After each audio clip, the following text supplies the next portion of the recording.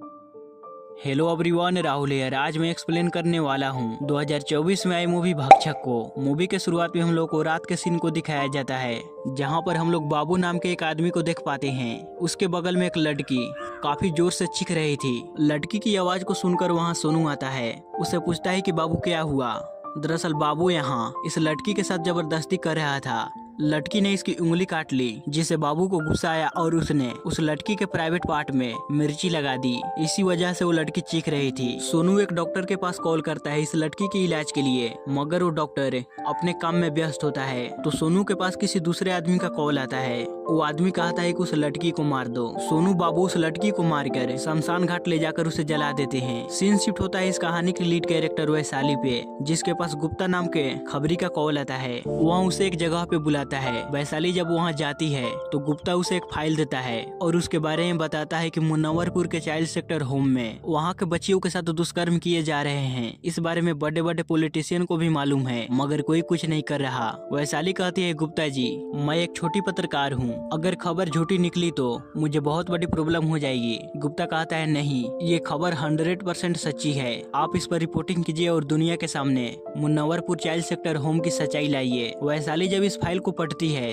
तो उसे मालूम पड़ता है कि इसमें बड़े बड़े लोगों के नाम आ रहे हैं और वो एक ठहरी छोटी मोटी पत्रकार मगर बच्चियों के साथ हो रहे दुष्कर्म को रोकने के लिए वहाँ खुद से जांच पड़ताल करती है। वहाँ अपने ऑफिस जाती है, जहाँ वैशाली कोशिश नाम की एक न्यूज चैनल को चलाती है, जिसके बारे में ज्यादा लोग नहीं जानते। वहाँ कैमरामैन भास्कर के साथ यहाँ काम करती है। वैशाली की शादी हो गई है। इसके पति का नाम अरविंद है, जो एक पोस्ट ऑफिस में काम करता है। अगले दिन वैशाली भास्कर के साथ मुनव्वरपुर चाइल्ड सेक्टर होम जाती है। वहाँ वो फोटो खींचती है, तभी सोनू आकर फोटो खींचने से मना कर देता है। कहता है कि ये प्राइवेट जगह है, यहाँ आप लोगों के जैसे लोगों को आना माना है। सोनू की बर्ताव को देखकर वैशाली समझ जाती है कि ये किस तरह का आदमी है।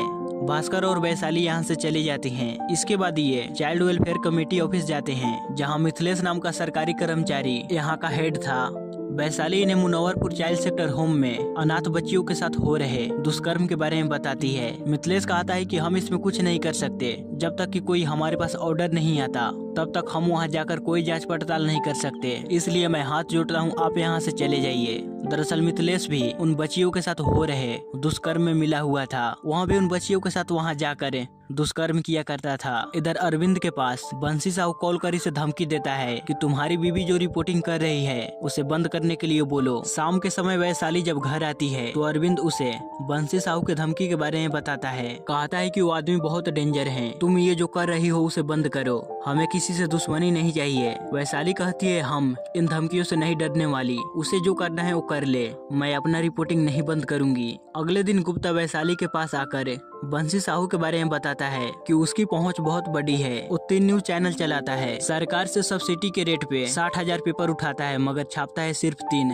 ये बहुत बड़ा घोटाला काम करते हैं, सरकार भी इनका कुछ नहीं कर सकती। इसके बाद वैशाली मुनव्वरपुर के चाइल्ड सेक्टर होम पे रिपोर्टिंग करे वहाँ के हालात के बारे में बताती है कि आखिर राज्य सरकार वहाँ चाइल्ड सेक्टर होम में जांच पड़ताल क्यों नहीं करवा रहे हैं। ये न्यूज जैसे ही बंसी साहू देखता है, वहाँ वैशाली को अपने घर बुलाता है। कहता है कि आप जो कर रही हो उसे बंद कर दो, आपका न्यूज चैनल तो ज्यादा लोग देखते नहीं, अगर मैं आपके बारे में कुछ उल्टा सीधा पब्लिश करवा दिया ना तो आप कहीं मुंह दिखाने लायक नहीं रहोगी। वहाँ उसे धमकी देकर वैशाली और भास्कर को यहाँ से भगा देता है। देर रात को जब वैशाली घर आती है तो अरविंद उसके ऊपर काफी ज्यादा गुस्सा होता है कि ये काम बंद करो, अगर दूसरे को बच्चियों के साथ गलत हो रहे हैं तो इसमें हम क्या करें, हमारे घर की तो बच्चियां नहीं है, उनके साथ तो ऐसा नहीं ना हो रहा। वैशाली कहती है, अगर दूसरों के बच्चियों के साथ गलत हो रहे हैं तो कल हमारे भी बच्चियों के साथ गलत होंगे। अगले दिन वैशाली और भास्कर अलग अलग चाइल्ड सेक्टर होम जाकर मुनव्वरपुर के चाइल्ड सेक्टर होम के बच्चियों के बारे में पता लगाते हैं कि कोई वहाँ से बच्ची यहाँ आई है क्या। काफी जांच पड़ताल के बाद एक चाइल्ड सेक्टर होम में मुनव्वरपुर के चाइल्ड सेक्टर होम की एक लड़की मिल जाती है। इस लड़की की नाम है सुधा। वहाँ डरी डरी थी। सुधा वहाँ खाना बनाने का काम किया करती थी। वैशाली कहती है, तुम्हें जो कुछ भी मालूम है मुनव्वरपुर चाइल्ड सेक्टर होम के बारे में, वहाँ के बच्चियों के साथ किस तरह गलत हो रहे हैं, तुम मुझे वहाँ की सारी सच्चाई बताओ ताकि हम उन बच्चियों की मदद कर सके और उन्हें वहाँ से बाहर निकाल सके। सुधा तो पहले कुछ नहीं बताती, मगर वहाँ की सच्चाई बताने के लिए राजी हो जाती है। सुधा कहती है कि मेरे पापा बंसी साहू के बाल गृह में मेरे लिए काम ढूंढे थे, वहाँ के बच्चियों के लिए मैं खाना बनाने का काम करती थी। जब मैं पहली बार वहाँ गई तो सबसे पहले मेरी मुलाकात सोनू से हुआ, जो बाल गृह का सारा काम वही देखता है। इसके बाद मैं बेबी रानी से मिली, जो वहाँ का वार्डन थी। वह वहाँ रह रही बच्चियों के कमरे में ले गई, जहाँ एक ही कमरे में 40 से 50 बच्चियों को रखा गया था। उस कमरे में एक भी खिड़की नहीं थी। इसे देखकर सुधा को अजीब लगा। बेबी रानी उसे कहती है कि तुम इन बच्चियों से दूर रहना, ये काटते हैं। अगर तुम्हें कोई तंग करे तो उसे घेच कर चमाट लगाना। सुधा जब खाना बना रही थी तभी वहाँ एक बच्ची आती है। सुधा इसे कहती है कि तुम मुझसे दूर रहो। वहाँ लड़की कहती है, मैं पागल नहीं हूँ जो मैं तुम्हें काटूंगी, जितना जल्दी हो सके तुम यहाँ से भाग निकलो, ये बहुत बुरे लोग हैं। तभी यहाँ बेबी रानी चली आती है। सुधा से बात करता देख बेबी रानी इस लड़की को मारने पीटने लगती है। रात के समय सुधा को कुछ आवाजें सुनाई पड़ती है। जब वो अपने कमरे से बाहर निकल कर देखती है तो दो लोग एक लड़की को बोरी में रखकर गाड़ी के डिक्की में रखकर यहाँ से ले जा रहे थे।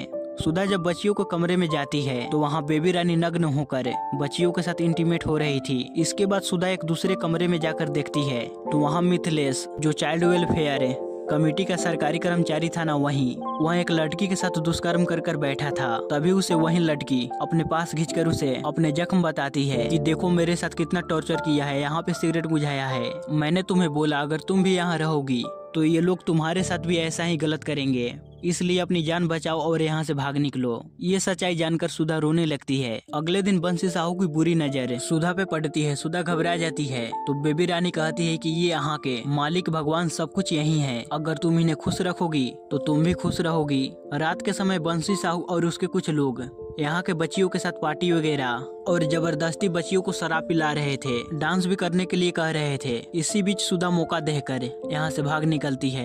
ये सारी सच्चाई जानकर भास्कर और वैशाली को काफी ज्यादा दुख होता है कि कोई अनाथ बच्चियों के साथ ऐसा कैसे कर सकता है, इतना नीचे कैसे गिर सकते हैं। वैशाली कहती है चाहे कुछ भी हो जाए हम उन बच्चियों को वहाँ से बाहर निकाल कर ही रहेंगे। अरविंद की बहन और उसके जीजा वैशाली को समझा रहे थे कि बंसी साहू से मत उलझो, वो बहुत बड़ा आदमी है, हम लोग उनके सामने कुछ नहीं कर सकते।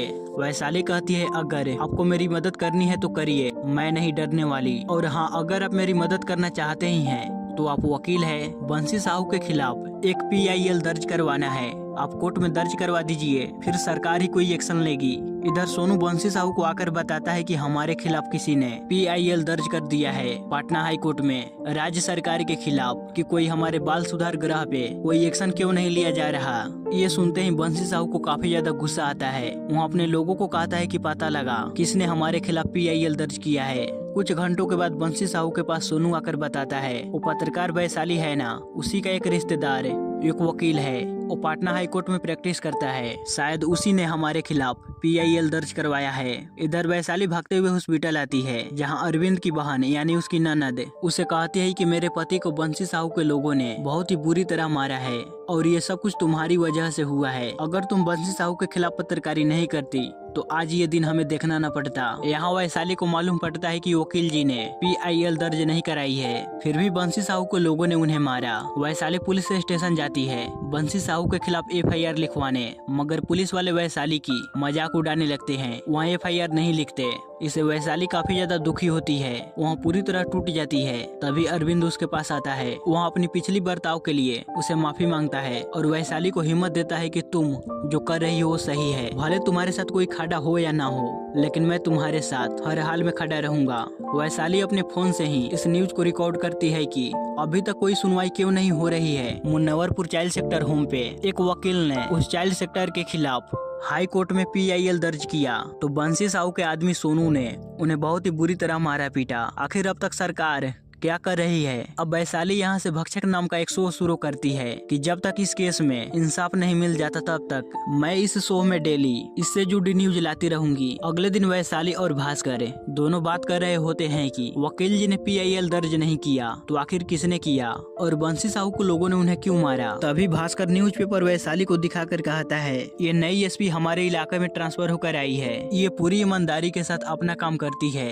तो वैशाली और भास्कर नई SP जसमीत से मिलने के लिए जाते हैं। यहाँ SP जसमीत वैशाली को पहले से ही जानती थी क्योंकि वो रेगुलर वैशाली की चैनल के वीडियोज को देखती थी। वहाँ कहती है कि वैशाली तुम किसी चाइल्ड सेक्टर होम पे रिपोर्टिंग कर रही हो, अभी तक उसके खिलाफ FIR क्यों नहीं लिखवाई। तो वैशाली कहती है इसमें बड़े बड़े लोगों के नाम आ रहे हैं और मेरे एक रिश्तेदार वकील जी ने PIL किया तो उन्हें बुरी तरह मारे। मैंने पुलिस स्टेशन जाकर FIR भी लिखवाई, मगर वहाँ के पुलिस वाले FIR नहीं लिखे। तो जसमीत वैशाली की FIR को लिखती है और चाइल्ड सेक्टर होम के बच्चियों के बारे में कहते हैं कि मैं इस पे अपने सीनियर से बात कर देखती हूँ। अब पुलिस जाती है चाइल्ड सेक्टर होम सोनू को पकड़ने के लिए, मगर यहाँ पर बंसी साहू पुलिस को चाइल्ड सेक्टर होम के अंदर नहीं जाने देता। पुलिस वालों को यहाँ से भगा देता है। इधर गुप्ता भास्कर को बताता है कि PIL मैंने ही दर्ज करवाई हाई कोर्ट में। जसमीत जब अपने सीनियर से मुनव्वरपुर चाइल्ड सेक्टर होम के जांच के बारे में बात करती है तो इसके सीनियर कहते हैं कि हम ऐसे ही इंक्वायरी नहीं कर सकते,